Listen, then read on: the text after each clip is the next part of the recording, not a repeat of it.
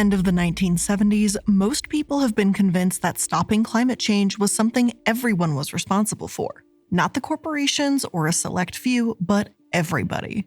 Slowly but surely, people became obsessed with doing their part. As advertisements came rolling down saying things like people started pollution, people can stop it, most people began making changes to their everyday lives in order to make the world a better place. First, there was recycling. As you stroll through the grocery store, you look at the bottom of every plastic item plastered on the shelves. Those little arrows that all of us have come to know indicated that this item was safe to be recycled, or at least most of us thought.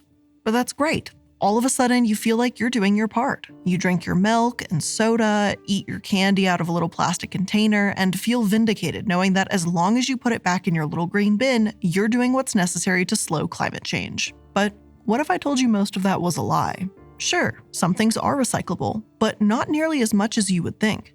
To make matters even worse is that the industries who came up with this recycling plan knew this.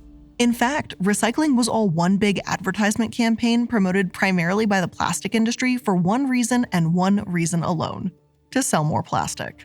And that's right, the individual responsibility of doing your part for the climate has been pushed by corporations for decades. Meanwhile, as they continue biggering, their impact on pollution grows right along with them. As we are turning away straws, rethinking how we heat our homes in the dead of winter, and pledging to take fewer trips on airplanes, the top companies are responsible for nearly 70% of greenhouse gas emissions. Sure, individual responsibility is important, but it's also a lie.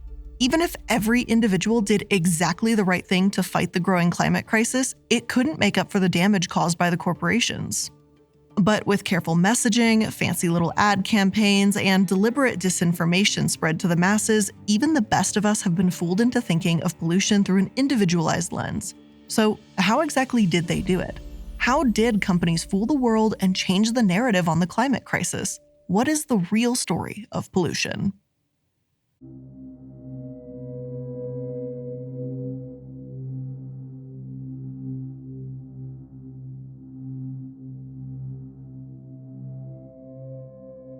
Hello and welcome to the Corporate Casket. I'm the Illuminati, and today we're going to be looking into how companies trick the world into believing that pollution was an individual issue rather than their own. And I know that's rich coming from the Illuminati, but bear with me because this is no conspiracy theory. Now, let's travel back in time to the 1940s, when the first landfill, aptly named Fresh Kills, opened in the United States. At the point of its opening, American consumers were becoming increasingly reliant on the use-it-and-throw-it-away model. Water bottles, straws, and much more were developed for one-time use rather than sustainability. And before long, Fresh Kills became a symbol of not only American consumerism, but American waste. Fast forward a couple more years, and those same people that had become accustomed to the way of one-use living were starting to grow concerned. Slowly but surely, people started to think, with millions of people throwing out an ungodly amount of trash every day, where is it all going? And more importantly, what was it doing to the environment? As American activists quickly began to learn what throwaway products were doing to the environment, they joined together to make it all come to an end. Earth Day. It became a day of protest, and consumers turned activists had one plan: point the finger at the industries responsible. Suddenly, the plastic industry as a whole was under fire and feared that life as they knew would soon change. By the 1970s, they were working under the assumption that their very business model would soon be severely impacted by bans or increased legislation. So they did what any major industry does at a time of crisis: they changed the narrative. Instead of taking responsibility for their own actions or, maybe changing the product a bit, they decided to do something else: put the blame on the people. And that's right. By the late 1980s, the plastic industry was full steam ahead, spending millions upon millions of dollars in advertising, promoting public recycling, and convincing everyone that recycling could save the earth, and plastic could be and should be recycled. They released ad campaigns that felt eerily similar to the Only You Can Stop Wildfires campaigns. Only this time, it was bullshit. The Keep America Beautiful campaign swiftly swept the nation. Together, companies like American Can Company, Owen Illinois Glass Co., Coca-Cola, and Dixie Cup created a plan to push the environmental crisis onto the consumers rather than themselves. Their advertisements became legendary, and their Crying Indian commercial, which showed an Italian actor portraying an indigenous person, moved everyone who saw it. Yes, it is as horribly politically incorrect and exploitative as you're picturing it in your head. Now, as a tear streamed down the actor's face, the now infamous commercial ended with the line, "People start pollution, people can stop it." And well, there it is. That was the whole episode. Great seeing you guys. We'll chat in the next one. But no, seriously.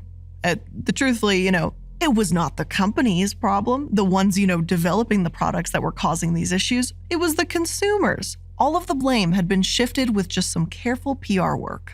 And before long, the industry had everyone convinced that they were working with environmentalists and towards a solution. They certainly were not the ones causing the problem. But of course, they knew this wasn't true. It was just good business. A top official, Larry Thomas, said, "The feeling was the plastic industry was under fire. We got to do what it takes to take the heat off because we want to continue to make plastic products. If the public thinks recycling is working, then they're not going to be as concerned about the environment." While the plastic industry pushed recycling as the solution to a growing problem and promised that this could save the future and the environment, they knew this wasn't the truth. Internal memos at the time discussed the infeasibility of recycling, calling it costly and difficult. Still, they didn't care, and this new push towards recycling was keeping them alive. So as the plastic industry continued to shove out its messaging and even sponsor recycling products, they just kept basically printing money, selling the very thing they claimed to be against while thrusting all the blame onto their consumers. Now they looked like the good guys. They could continue producing their products without interference and convince the world that they were also the solution. The bans or regulations that they had been worried about in the beginning had been successfully avoided, pushed to the side as the plastic industry convinced the country that they were doing everything in their power to protect the environment. As one top executive at the time told Frontline, it was a win-win. So for almost 50 years, the industry went on virtually unchecked, with individuals taking the responsibility of recycling into their own homes, and everyone thought that was the most being done to protect the environment. But in recent years, we've begun to learn the truth. Recycling wasn't doing nearly as much as we thought it was. And while individual people believed that every item of plastic was recyclable, this turned out to be very far from the truth. In fact, less than 10% of plastic has been recycled. So even if you do your part and put all your plastic in your little bin, not all of it is viable for the process. In fact, most of it simply winds up in a landfill.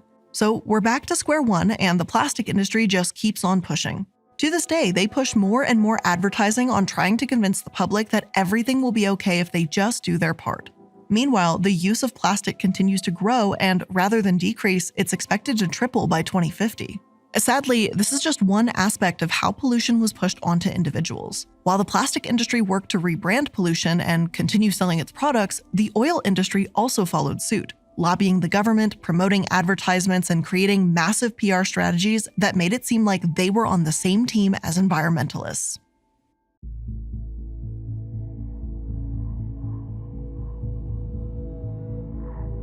Around the same time that the plastic industry began its massive rebranding of the pollution problem, oil and fossil fuel companies began to follow suit.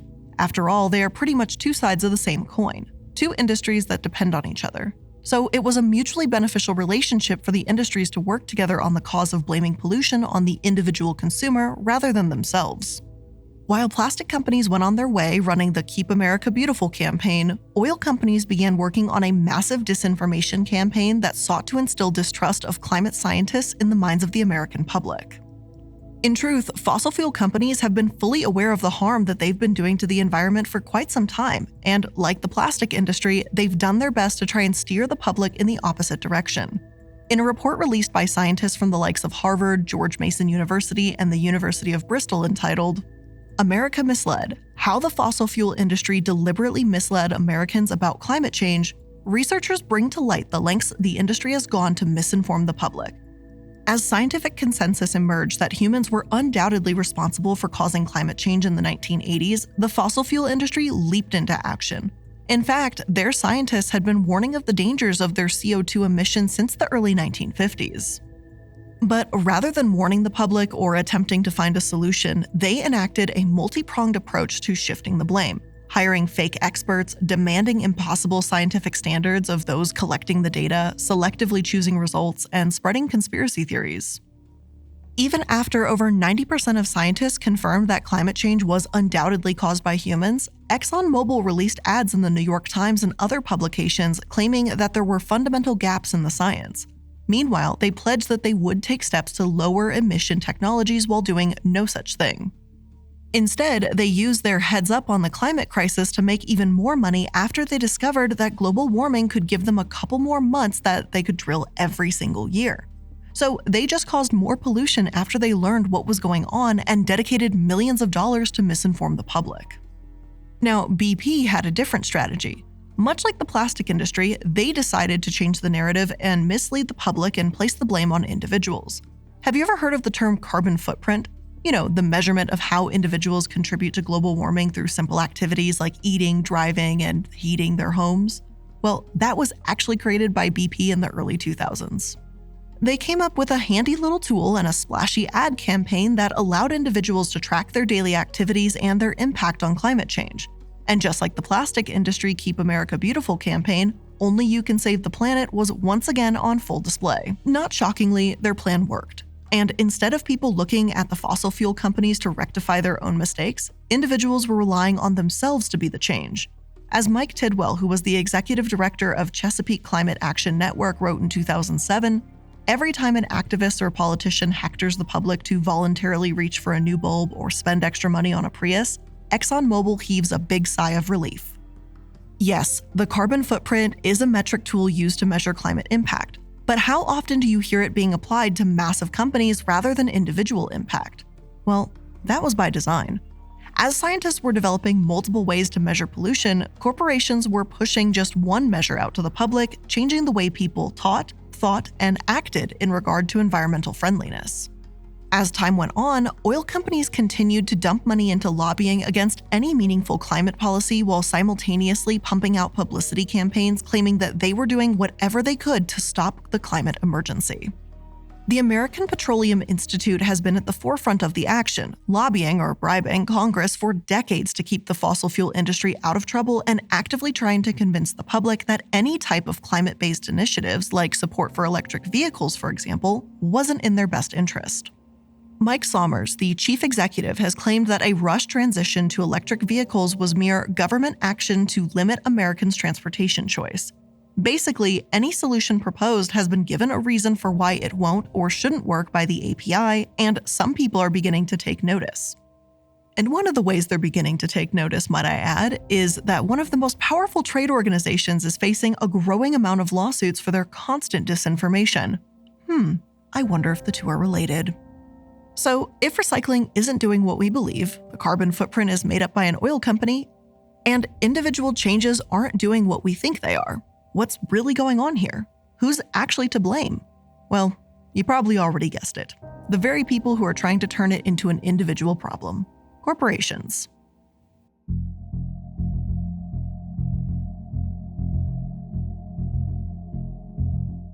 Nowadays, it seems like all of the lobbying, advertising, and partnering with environmentalists to horribly trick people into believing that climate change was purely an individualized responsibility has paid off.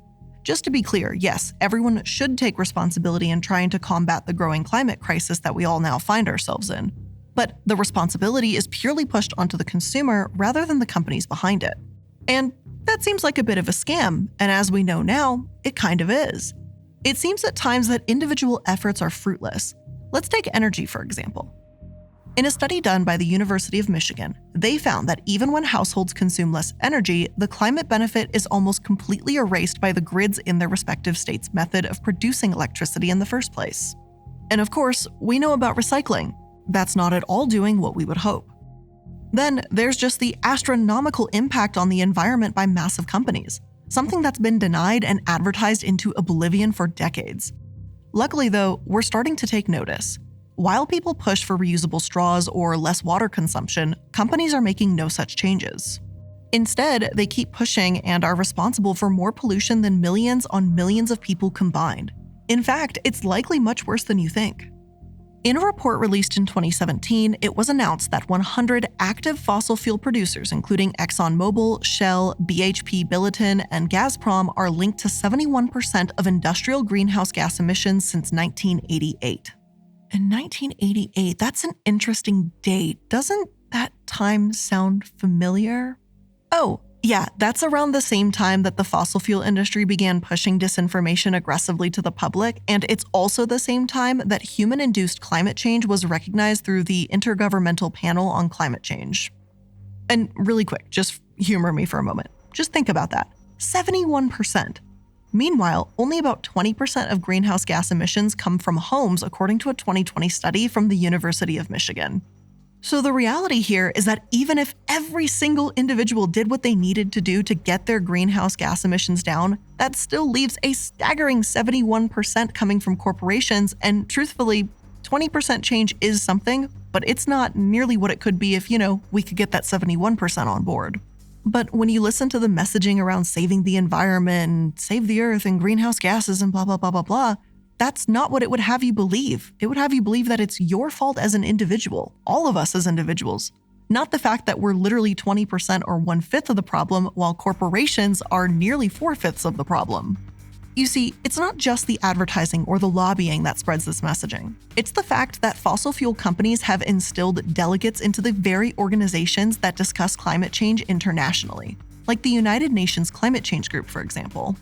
At the UN Climate Change Conference in 2020, there were 500 delegates who came from fossil fuel companies.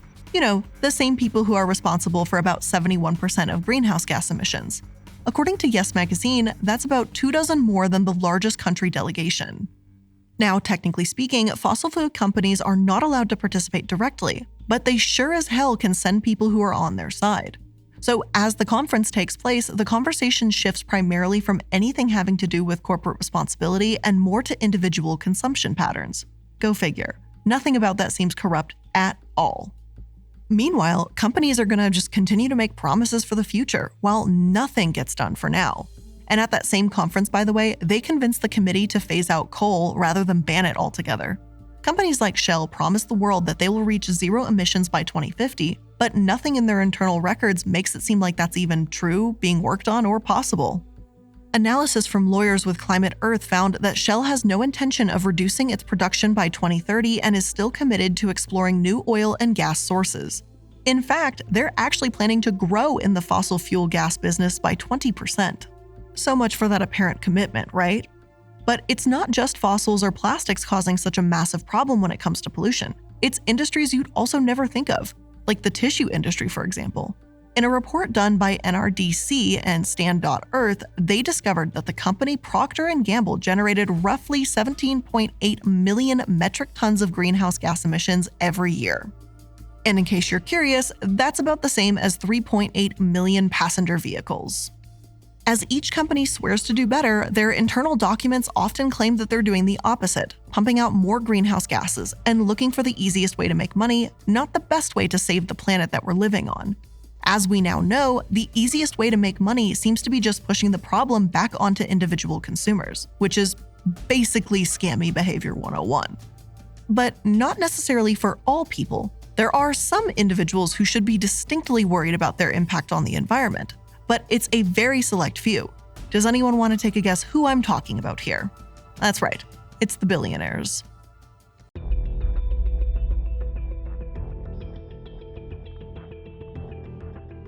So we know that about 100 companies are causing the most harm to the environment. But what about the people that likely own those very same companies, or the people that have just so much money they can literally do anything they want? Bill Gates is not immune to contributing to the pollution crisis. He's one of the world's most high-profile environmental advocates, but his flight plans really wouldn't show it. In the course of just 1 year, he took 59 flights covering about 213,000 miles. That amounts to about 1,600 tons of greenhouse gases. And in case you're curious, that's about the yearly equivalent of the amount put out by 105 people. Now, he is, for the record, on the lower side, but for someone who is the most high-profile environmental advocate, that's still a tiny bit much. But activists also love to point out what's really going on in the world, and over recent years, they've brought to light just how much rich people love their beloved jets and, of course, boats and yachts and whatever things that float in the water, and the amount in which it's costing all of us to live on this planet. Earlier this year, Kylie Jenner faced some backlash online when people learned through an automated Twitter account that tracks celebrities' flight paths that the influencer decided to use her plane for a 17-minute flight. Of course, as we know, jets put off way more emissions than fuel, so someone choosing to take a flight for 17 minutes is a bit concerning. People began to jump in on Kylie, calling her things like a full-time climate criminal with an absolute disregard for the planet. And sure, Kylie is far from the worst of the worst when it comes to rich people and climate pollution, but her apparent disregard and callous use of something so horrific for the planet definitely feels like a slap in the face when people are being told not to use their AC. In fact, the wealthiest 10% of people in the world were reportedly responsible for about half of the world's global emissions in just 2015. And as for the top 1%, they were responsible for about 15% of emissions. That same 1% are responsible for more harmful emissions than the poorest 50%. So, what were you saying about me turning off my lights, my air conditioning, or other things just to literally survive through the day? I'm not the one flying around the world so much that I'm giving off the same pollution impact as 105 people. Maybe we should be more worried about those people, not the ones just trying to make it through the day. Now, this becomes especially true after learning that just 125 billionaires are emitting the equivalent amount of emissions of 85 million cars every year. And yes, you heard me right. Not 85. Not 85,000. 85 million. The report done by Oxfam found that these same billionaires invested in about 183 corporations. Most of their pollution came from those investments. So maybe people are technically right. Pollution can be an individualized problem. Only it's the individuals who are making massive investments into those corporations, not the individuals leaving their AC on when it's 100 degrees outside. As the organization put it, extreme inequality and wealth concentration undermine the ability of humanity to stop climate breakdown. Very rich people emit huge and unsustainable amounts of carbon and have outsized influence over our economy. So sure, maybe some individuals should have the blame put on them for the climate emergency we all are in now. But unfortunately, it's not just the consumers trying to stay afloat. If it's not the recycling, the straws, or any other individualized effort that can save the Earth, then what is it? What should the messaging be around climate change? And what can we actually do? And before we try to explore that answer, I'm just going to take a moment to thank today's sponsors. With HelloFresh, you can get farm-fresh, pre-portioned ingredients and seasonal recipes delivered right to your doorstep. Skip trips to the grocery store and count on HelloFresh to make home cooking easy, fun, and affordable. That's why it's America's #1 meal kit. And now that it's the most festive time of the year, HelloFresh is here to help you make the most of every moment. From holiday hosting to dinners during busy weeknights, you can count on HelloFresh to deliver fresh ingredients and seasonal recipes. And if you're short on time, look for HelloFresh's quick and easy options like 20-minute meals and easy cleanup dishes. And with over 35 recipes available to choose from every week, there's something to please everyone. You can choose from family-friendly, fit and wholesome, or even veggie. So whether you're hosting a holiday party or just stocking up on snacks, you'll find everything you need at the HelloFresh Market. From quick breakfast to charcuterie boards and desserts, it's never been easier to prep for a party or just fill your pantry. So to get your holiday food needs out of the way, make sure you go to hellofresh.com/casket18 and use code casket18 for 18 free meals plus free shipping. Again, that's hellofresh.com/casket18 and use code casket18 for 18 free meals plus free shipping. This episode is also sponsored by PayPal Honey, the easy way to save when shopping on your iPhone or computer. Thanks to Honey, manually searching for coupon codes is a thing of the past, and as the holiday season is upon us, every dollar counts. All you do is do your shopping like normal, and when it comes to checkout, the Honey button pops down and starts searching for coupons. If it finds a working coupon code, it's going to apply it and you'll watch prices drop. Honey has been really great for me during the holiday season to help find those last-minute coupons to make sure that I can get gifts on everyone's Christmas list this year. And I've gotten everything from 10% all the way to like 40% off, so I've been getting some amazing savings. So if you don't already have Honey, you could just be straight up missing out on savings. And by getting it, you'll be doing yourself a solid and supporting the show. And I'd never recommend something that I don't use. So get PayPal Honey for free at joinhoney.com/casket. That's joinhoney.com/casket.